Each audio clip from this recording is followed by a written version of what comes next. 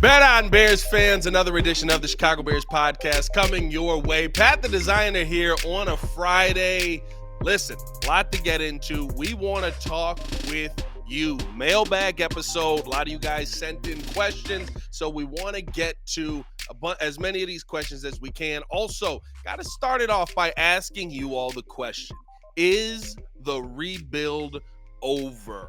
Listen. You have to sit here and really ask yourself, how far along are we in this thing? How much more do the Bears need? What are the expectations? All that and more on today's episode of the Chicago Bears podcast. Hit that like button, subscribe to the page, leave a 5-star review. Y'all know what to do. Appreciate you guys for tuning in as always, man. I'm solo on today.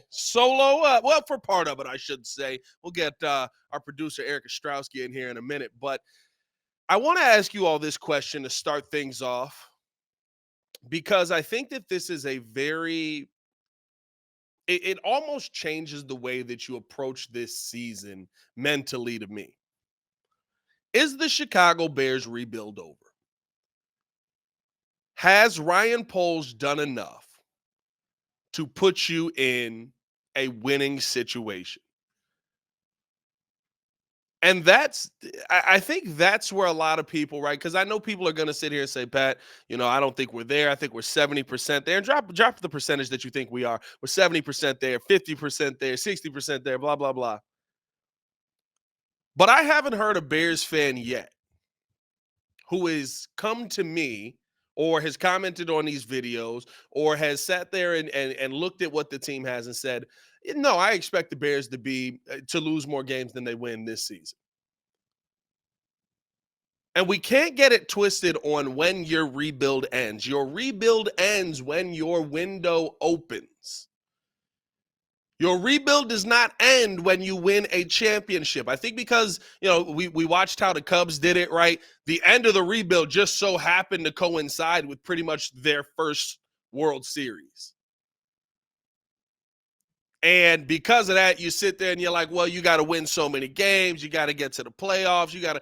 I think that your rebuild is over when your team is perceived to be one of the better teams in the NFL. And if you look at how a lot of people are ranking the Bears right now, power rankings, different things like that, people are saying that the Chicago Bears are a pretty good football team and that this window is opening up. Now, I know everything is on paper, but excuse me, but the expectation is not going to change on Caleb Williams. The expectation is not going to change on, what this season is supposed to be. You're supposed to take steps in the right direction. I haven't heard a lot of people sit there and go, I think the Bears are an 8-win team. Most of the people that I've seen have talked about the Bears being a 9 to 10 win team heading into next year. Why? Because of the schedule that also plays a major part into it, but also just the fact that the roster that you have is not a roster that is a 3 to 4 year rebuild roster right now. The roster that you have right now, with the right quarterback in place, and if Caleb Williams is that, which many people believe, I think the expectation should be high on that. Then I think that your rebuild is done. I think that Ryan Poles has put you in an excellent position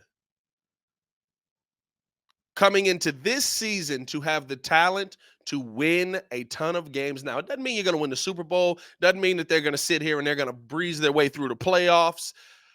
But what it does mean, I should say, is that the expectation is at a minimum to get to the playoffs. If our expectation is to get to the playoffs, ladies and gentlemen, in my mind, your rebuild is done. Now, I don't want you to think that means that building your team is done. And we also want to make sure that you guys know that today's episode is brought to you by the Hard Rock Casino in Northern Indiana. Got to make sure we hit those sponsors there. Appreciate all the people over at the Hard Rock Casino, man. Always supporting the podcast, always showing love. Las Vegas style gaming, just 30 minutes from Soldier Field. Exit says right off of I-80-94. Just because I believe that the rebuild is done does not believe that I believe that you're done adding pieces. Guess what? You still need a defensive end.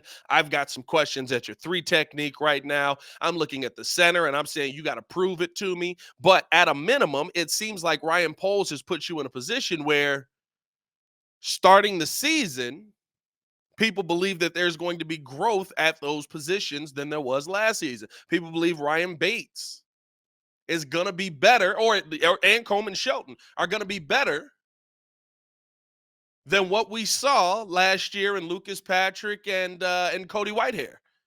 At a minimum, if we can just get them to snap and block, that'd be phenomenal.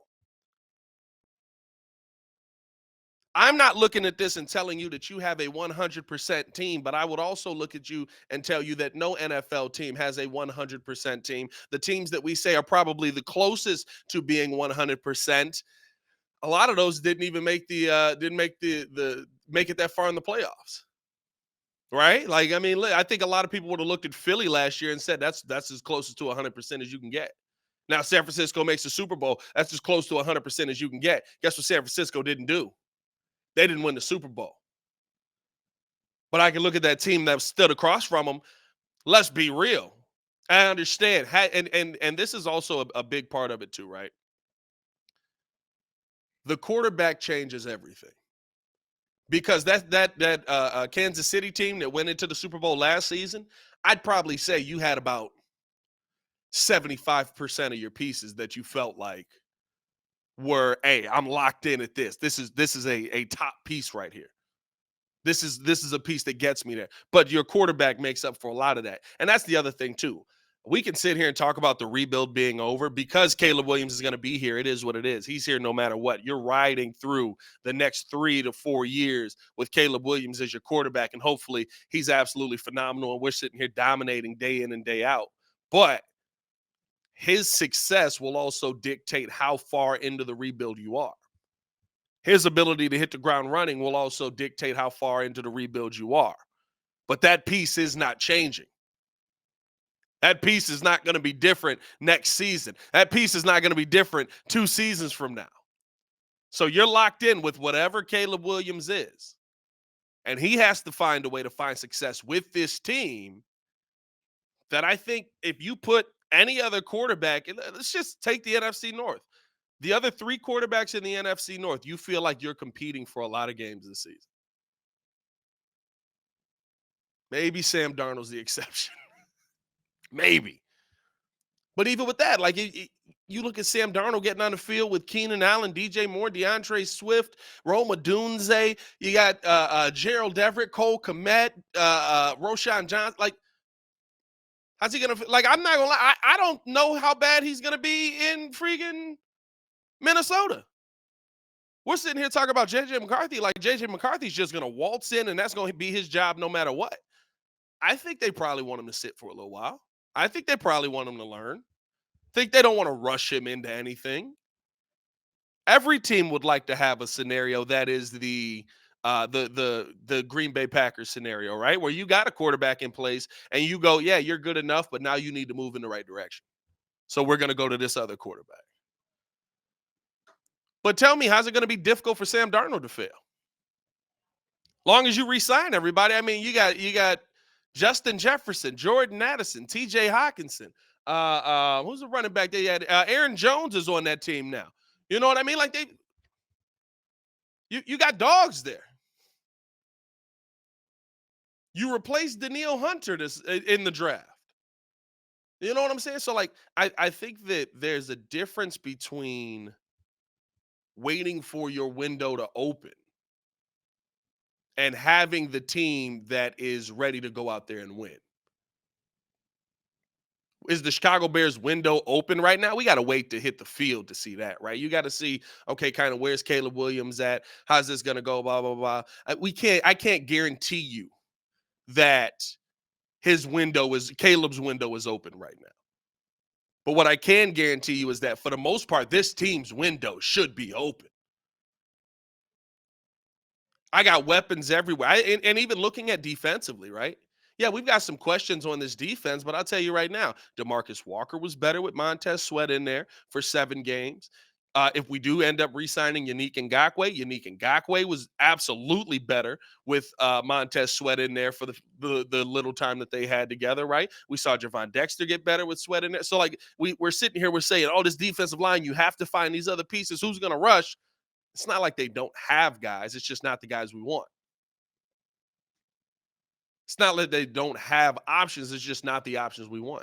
And I commend Ryan Poles for that, man. You can't fix everything in one offseason. You've got a room littered with DBs that seem to be uber talented. I would say we probably have the best group of DBs for sure in the NFC North. I'm almost willing to say in the NFL. A really, really good group of DBs. You got a solid linebacking core right now. I love TJ Edwards. Really like what Tremaine Edmonds can be. Y'all saw the vlog. If you didn't see the vlog, check that out. But he is massive. He was like leaning over trying to talk to me. And he was still towering over me, leaning over to try and talk to me. I'm not small. I'm not gonna sit here and be like, "Oh, I'm 6'3". I'm not small. You know what I mean? Feel like I'm normal size for an adult man. But you've got so many pieces already in place. I think it's tough for me to say that this Chicago Bears window is not opening for the team. Now, when Caleb Williams is ready, that's a different thing. And the reason I say that is because Tom Brady's window did not open with the Patriots until after he had won a couple of Super Bowls already. Was Tom Brady good? For sure. Was he Tom Patrick Brady? No, not yet. That was the run game. It was the defense. Those first what? First two Super Bowls, probably? Probably your first two Super Bowls with Tom Brady. He's he's the, hey, listen, you're pretty good. Don't screw it up, guy. You know what I mean? Don't put us in a situation where we're gonna be struggling in this. And then he becomes the Tom Brady, the GOAT that we all know him to be. So your team's window can be open and your quarterback's window can just be beginning. And I think that's a situation that the Bears have right here. Now, I would hope that it works out the exact same way. I'll also say this: the rebuild being over, like I said earlier, is not predicated on championships, because guess what? Every team can't win the Super Bowl. There's teams right now that their window is open and they don't have a Super Bowl title to their name. Heck, the Bills' window has been open for it's probably heading towards closing now, with some of the interesting moves that they've made. My God, just giving the Chiefs players. What the heck's going on there? Just you want to have Patrick Mahomes, and then we'll give you the best weapon that's probably going to kill us for games for years to come. Yeah, here you go. Could have added that to your team. I'm just saying. I'm not. Yeah, I mean, like if the Chiefs want him, he's probably pretty good. You could have added that to your team. Just saying. After you got rid of Stephon Diggs.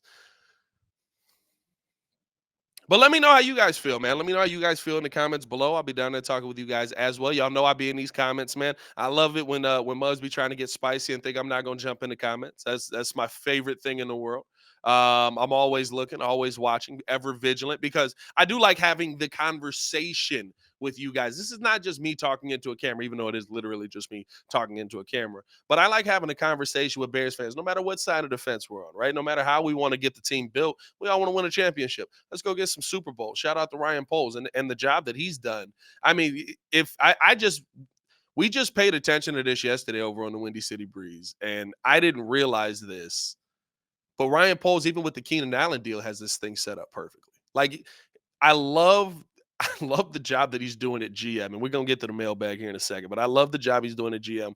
I just got a shout about on this because by the Bears trading for Keenan Allen, we were all sitting there. We're like, "Yo, wait a minute! Like, you gave a fourth round pick." The conversation we were having was, "Is it a failure if you end up letting him walk?" I forgot that we get the comp pick. We get the compensation pick for Keenan Allen. If at the end of the season we end up letting him leave, we traded a fourth round pick for him. We get a season of Keenan Allen in here. And if I'm not mistaken, y'all double check me in the chat. I have no problems admitting that I'm wrong if I am. But if I'm not mistaken, I believe that comp pick is a third round pick. Depends on what. It's third or fourth, depends on right, yeah. He gets in his next deal. But if he finishes out there, that was Eric Ostrowski. I don't know if y'all can hear him. He basically said depends on money. But it would be based on this deal. If we let him walk off of this deal, he's getting $18 million this year. I think it's a third round comp. I think Ryan Poles might have pulled off another masterful future move for the Chicago Bears. So I traded a fourth And if I'm not mistaken, I believe at worst he gets his pick back. At worst he gets his pick back. What a phenomenal way to GM. And what excites me about that is your future, right? Because there's going to come a point where, listen, first things first, you have to make the tough decisions. You have to piss off your fan base to stay relevant, right? You're going to have to get rid of some players that people love. It happens. It is what it is, right? There's going to come a time where we're sitting there and we're like, how can you not re-sign DJ Moore? That's the NFL. I hope that time doesn't come, but more than likely, right, that's kind of how the league works. You get to a point where it's like, okay, your value is not where we value at, where we appreciate everything that you brought. We shake your hand, we let you walk away. I don't think that time's coming anytime soon. But one, he has the stones to be able to do that. He has no problems doing that. We saw that this offseason with a lot of the moves that he made.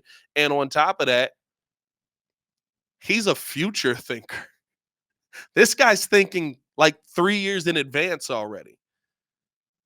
We're sitting here focused on the trade for Keenan Allen right now, and if we got to re-sign him, but if he walks, we had a 3rd-round pick, 4th-round pick, and now you just traded a 4th-round pick to get a 5th-round pick to go get Austin Booker that you will probably get a better pick or the same pick back next season. That's the kind of guy that flips teams multiple times. That's the kind of guy that keeps you in championship hunt. That's the kind of guy that how Pat Mahomes is still winning Super Bowls. That's that kind of GM. Oh, and by the way, they just gave him another freaking weapon in Xavier Worthy. So he may be able to start it all over again. And they're going to have to, listen, Kelsey just got 2 more years. Hey, listen, Kels, stick around, baby. Show us that you still got it. But we're not giving you 5. You got to, you know what I mean? You got to come to terms. You got to start to understand what your window is. And I think how the Chiefs have built this dynasty and run it back. I think the Bears are heading towards something like that. And that absolutely excites me, man. Let me know how you guys feel in the comments below. Thoughts on Poles and the job that he's done. Thoughts on is this rebuild over? You guys let me know in the comments below. Now we got to get into the mailbag portion of the show where we get to hear from you guys, your questions dropped here. We're going to be doing this every Friday. Normally, Yurko will be here, so this will be a lot more fun because I can't even imagine some of the answers he would be giving to some of these questions. But let's jump into the mailbag. Mailbag portion of the show is here. Pat the designer, Eric Ostrowski. We got him in front of the camera. I like it. It's way more comfortable on the other side. Yeah. Are you a little thrown off right now? Yeah, a little bit. You get the bright lights on you. You feel a certain way. That's sometimes. All right, man. You know? Show the Tobey Maguire, dog. That's Let the people right. see it, dog. Let the people see it. Even Toby is here. Let's jump into it, man. You got some mailbag questions for us. Let's do them. Yep. So every Thursday and Friday morning, we're going to shoot out a tweet. You can comment on this video, and we'll go back and we'll look at them and pull them next week. But every week, just shoot us some questions. So we got a few on Twitter, a few on Instagram, a few on Facebook. So let's do it. What's the one position you regret us not drafting if this whole punter Tory Taylor thing doesn't work out? If the punter, first off, it's punting, right? Like, it's not going to be that big of a difference. Yeah, but like, it can not work out. What if he's what we had last year? That's not working out. Wasn't that the whole point? Like, his Australian football background, like he kicked in like the freaking Gold Coast or whatever. I don't know what it was, like where he was playing Australian football, but he kicked an inclement weather. I don't know. If it doesn't work, I believe it's going to work out. I don't think punting from college to Australia to NFL changes that much. But I would probably say center because Cedric Van Pran was on the board there. And I was a big go get the center guy. You got your left tackle, build the lineup, develop this young kid. A 4th-round center. We've seen those guys be uber successful in the NFL. That would be the one for me, I guess, if I was worried about anything, because you got Austin Booker later. I mean, trading back in and getting the 5th was genius to me. Getting that pass rusher where they got seems like the pick. So, like, kind of a sub question off of his question about the whole punter thing not working out. Do you think that center is the biggest hole on the roster right now? I think it's the biggest question mark because realistically, he addressed it with 2 centers. Coleman Shelton's fine. Okay, how about, all right, so question mark, do you think it's the biggest need? Because I guess that's 2 different questions. That depends on Ryan Bates. That absolutely depends on, because, I mean, listen, if he's good, he's 27. You know what I mean? So if he's good, you got 5-6 years of this guy being that guy. Yeah, I mean, I'm not mad at that, but everybody's like, I had somebody, they were like, because I said 150 snaps at center doesn't tell me you're a starting center. And like everybody I've seen after I said that was just like, but I watched the 150 snaps, which I'm calling cap on a lot of y'all. I'm not buying it. I think some of y'all did, but I don't know about all of y'all. But I watched these snaps and he was phenomenal at center. It's like, okay, I hear you. But it's different when you got to do it every single play and you don't get to come out of there. He was the backup center at most, and you don't get to leave being the starting center. So it's my biggest question mark, but I'm gonna ride with Ryan Poles on. He said Ryan Bates is his guy, and we'll see if that's gonna be the case. I think my biggest question mark and need is everyone all last season kept talking about what's the most important position on this type of defense, this scheme, the three technique. Yeah, Javon. We're breaking on Javon Dexter. Are we sure about that? Do we know that? We don't know that, but that's what Eberflus seems to have put his money on in that position. Well, who was the three technique that was there? I believe was gone already. His name is escaping me. That's the one thing is I can't tell you who's on the board and who wasn't, but that's the one thing. He ended up going ahead of. I think he went. I want to say he went like 3 or 4 picks before we ended up taking the punter. So, I mean, if your guy's not on the board, don't just swing at anything. Right. You don't just hit position to hit position. And Javon's a 2nd round pick. Like you can't go into next season and say, yeah, we gave up. Like, this guy already. Sucks. Yeah, I mean, so. All right, next question from Caleb Williams Sour Gummy something. Shout out to Caleb Williams Sour Gummy. He's got thoughts. When are we resigning King Poles? When are we resigning King Poles?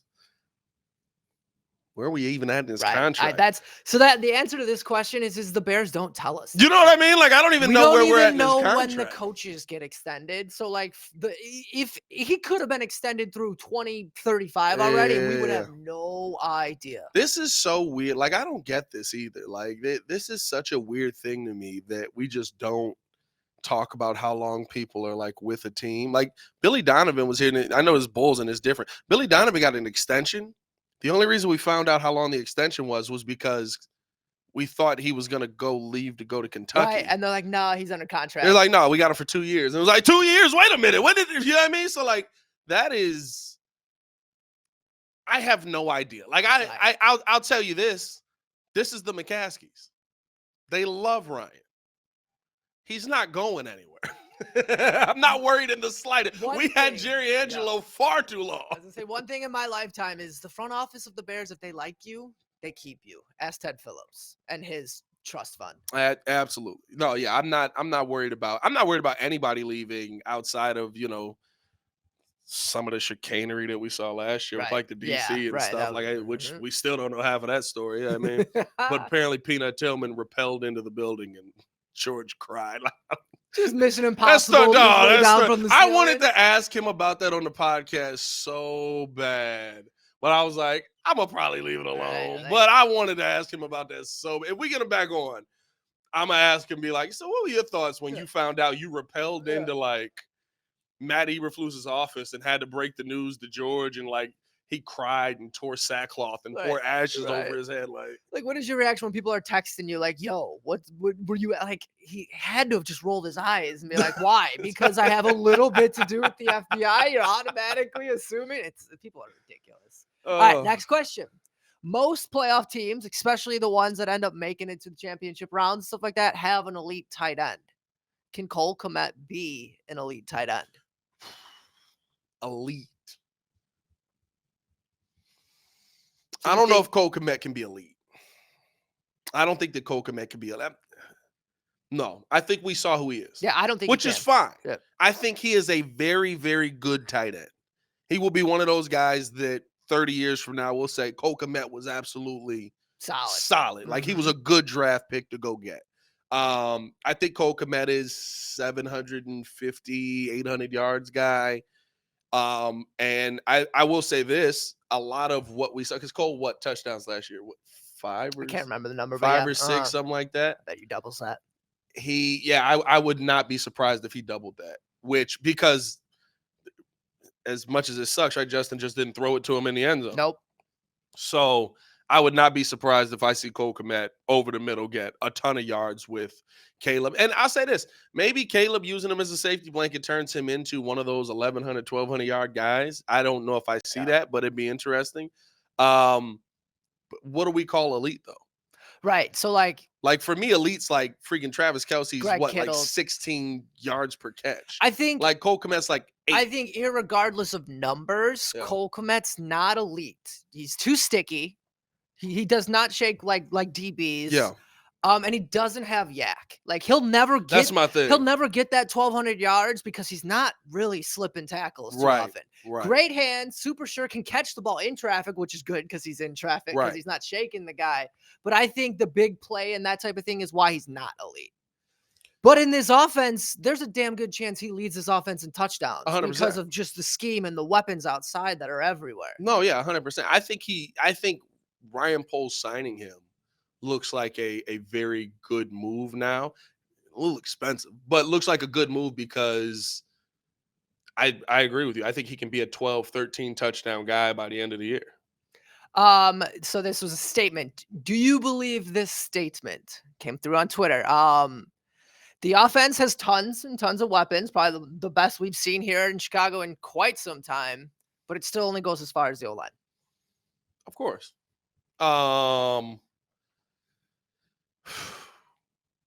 With a caveat. Yep. I do agree. You have to have the offensive line.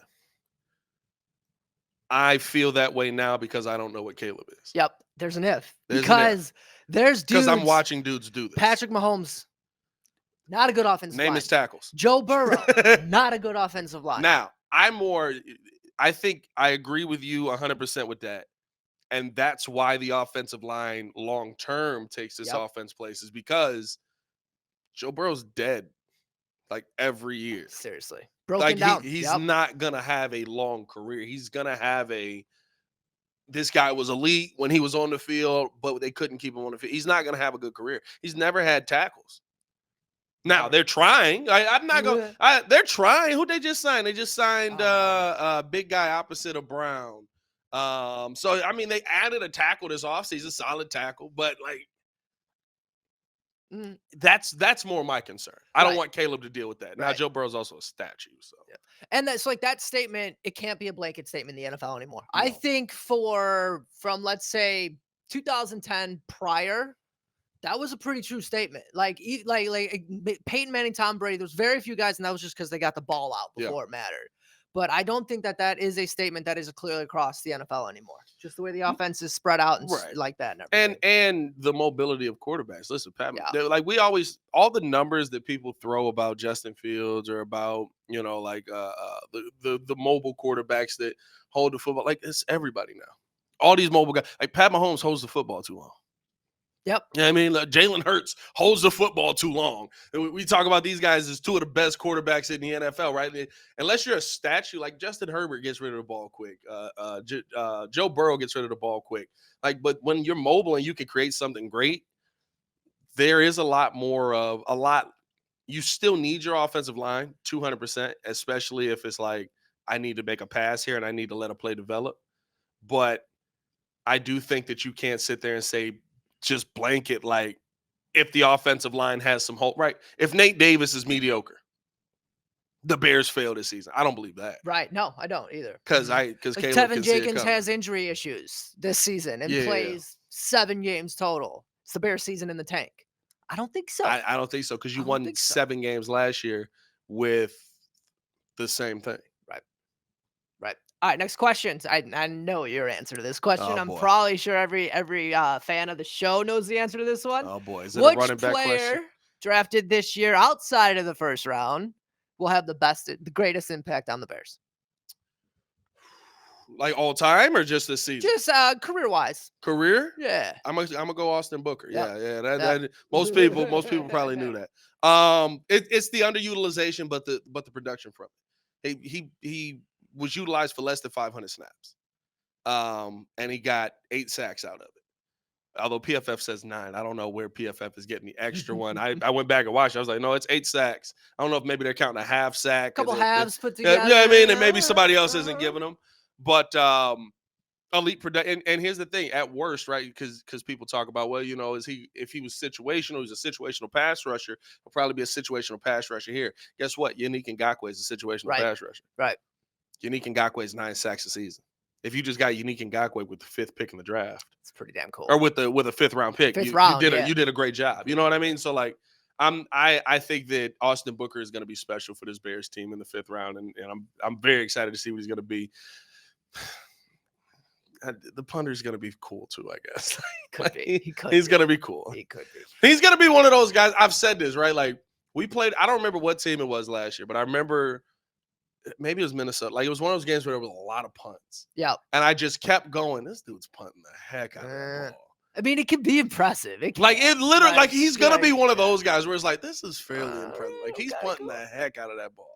All right, so I have 2 more questions. I was going to save this punter one for last, but I'll do it now. Okay, we're here. all right. This one's from me. All right. Ryan Poles talks about multipliers a lot. That seems to be his catchphrase. Montez Sweat's a multiplier. Yeah. Keenan Allen's a multiplier. DJ Moore's a multiplier. Can a punter, who he said is a multiplier, can a punter be a multiplier? Because I think his definition of multipliers is he lifts those around him on the team. Like Montez Sweat is going to make Gervin Dexter a better 3 technique. He's going to make whoever is on the opposite side of that end a better pass rusher. Is a punter a multiplier? Yes, because have you ever seen a defense more confident than when you kick a punt and it goes out at the 1? That's literally why one of the things Ryan Poles said that is McAfee interview was, this dude's going to pin people inside the 10, and our defense is going to pin their ears back. They're going to lose their minds at how many opportunities they're going to. Yes, a punter can be a multiplier. All multiplication is not the same, though. Yeah, you know what I mean? Right, exactly. Listen, what? There's 10 times 10. There's 2 times 2. You know what I mean? Like, I feel like he's more of a 2 times 2 guy, because the defense has to then go out there and absolutely eviscerate. I think that this is the other thing too, right? I think people think like the other team doesn't play. That's pretty common. You know what I mean? The other team definitely doesn't have a professional athletes. You know what I mean? Like it's like, oh well, we're gonna be pinning guys at the 5 every time, and it's like, well, what if they like go forward? Yeah, and what if they catch the punt? You know, I mean, and then proceed in that direction. Or what if the offense gains yards? You know what I'm saying? Like, I feel like people are just like, he's gonna be pinned and they're gonna lie down and die. So I implore people to like. I'm so sick. I'm on my timeline the other day. I'm like, we still haven't punter debate. Yeah, we are. The punter's here, dog. We are. It's fine. Like, listen, no matter what side you're on, it's a punter. Let's stop talking about. I've never talked about a punter so much in my life. It's quite entertaining. This actually, I lied. This question is actually from my pops. Okay. Who's very upset about this 4th round punt thing. And I was bringing up the same argument as you, as how he can multiply on the defense and stuff like that with them being pinned up. His response is, well, then the fans are multipliers because they're loud when the team's backed up in the end zone. I would agree with that, though. I would agree with that because Seattle used to destroy teams. Like, the Seattle fan base legitimately, like, it was like, we got to go to the silent count. And, like, Muggs just would not know what they were doing. And like you said, every multiplier is different. So, like, if you so 1 times 2. If you got Patrick Mahomes at quarterback, it's not much of a multiplier. You got a rookie, Drake May's walking out there, and your crowd's all hectic and crazy. And the building shaking. Yeah. Like, I've been in those stadiums where you're just like, for me, it was always basketball, but like I went to like a Derrick Rose playoff game.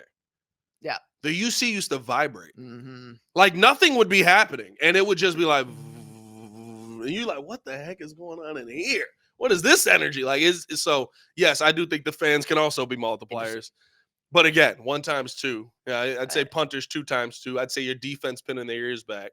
If they can get that, that's 10 times 10. Right. Cool. All right, last question. It's a tough question. So both Kyler and Brisker, 3rd year. Which one, if you had to re-sign one first, who are you putting the money towards first? Jaquan Brisker. It's not even a question to me. I love Kyler, but I've seen guys step into Kyler's spot and have good production. We've gone years, like legit, like I'd say since Mike Brown. Yeah, like Jaquan Brisker's the first strong side safety since Mike Brown that I look at. I'm like, Yeah, he's like, he'll kill people. Yeah, he's all over the place. He's like, no matter what you need him to do, interceptions, sacks, coverage. Like, Jaquan Brisker is elite. And so I love Kyler. I think Kyler's really good, but this isn't even a tough question for me because when you don't have that backside safety, you're in trouble. You know what I mean? Like we've seen that, right? We've seen the Chris Contes of the world. You know what I mean? Like, how many concussions did that guy end up having? Like, I don't know, 73? But I don't know what his mindset. Remember, like when they started doing like the player safety stuff, and he was like, "I only know how to play one way, and if I die on this field, like it's like, all right, dog." Like, I think he said what a lot of athletes believe. He just said it out loud to the media. I agree, but it's one of those things where like Ray Lewis saying that, but playing football the right way of like, I'm gonna be alive after this. Yeah. Is different than like Chris Conte launching himself as a missile, being completely in the wrong coverage. Oh yeah, and launching himself as a missile, right? Yeah, I mean, and just like throwing his head at it. Like I don't. I mean, like that's the what was old boy that hit Antonio Brown? Vontaze Burfict. Yep. That's that mindset. I can't subscribe to that line of thinking. Like, no, I get like you'll live and die for this game, but like let's not do the die part. Let's leave the die part out. As far as the Brisker and Kyler conversation, I actually think Kyler's position is more important on the football field as that slot corner. Just you're on the field more than 60% of the time now, and you have a lot of hard covers. But I think Brisker, like you said, is elite, is so high end talent at that position that makes him more of an important signing than Kyler. Yeah. If Kyler was if they were at the same level as in who they are at their position, then I sign Kyler first because that position to me is more important. But Brisker's that much better in my opinion. But I think the Bears have also shown such a good ability. Like they have found those guys. I'm not gonna lie to you. What's old boy we signed out of Troy this year? We paid Reddy Stewart. Yeah. Out of Troy. Yep. A dog, undersized, a little undersized. But absolutely a dog. I was sitting there, I was like, how does this thing get drafted? Like, what were people looking at that you didn't see talent in it? So, like, I think the Bears, for whoever's scouting that position group, elite. Yeah. Make sure they are never fired because we will have DBs for years. God, it's such a young room, too. It's incredible. Oh, yeah. Like, it's awesome. And the part I love is, listen, it's young. We appreciate the guys we have. We love them, but we're going to take one every single year. Yep. That's one thing Blues always talks about. You can't have enough DBs. Can't have enough DBs. That's it? That's all we got? That's all I got. All right. Hey, man, let us know. If you guys have any more questions, drop them in the chat below. We'll answer them next week on the Friday Mailbag. I think the Friday Mailbag is going to be something that's a lot of fun. Love hearing from you guys. For Eric Ostrowski sitting in, the producer. He's the hardest working man in the business right now. I'm Pat the Designer, back end of the game. Y'all stay safe out there in Chicago. Bear Don, one love. Let us know your thoughts in the comments below. Peace.